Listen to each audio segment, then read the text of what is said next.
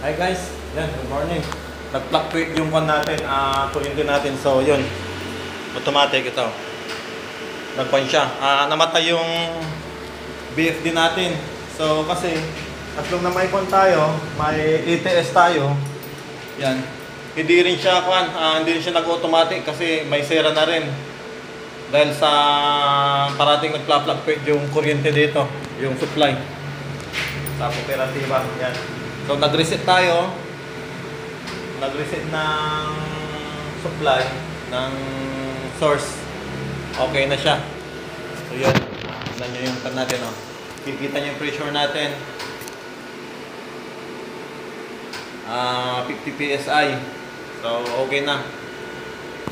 Yun.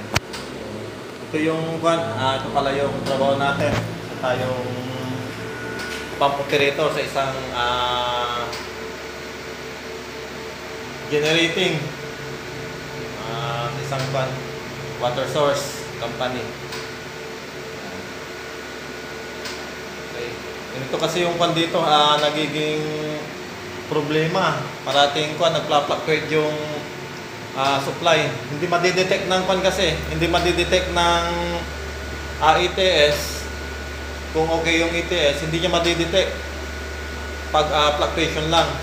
Tsaka single phase, hindi din madidetect ng ETS.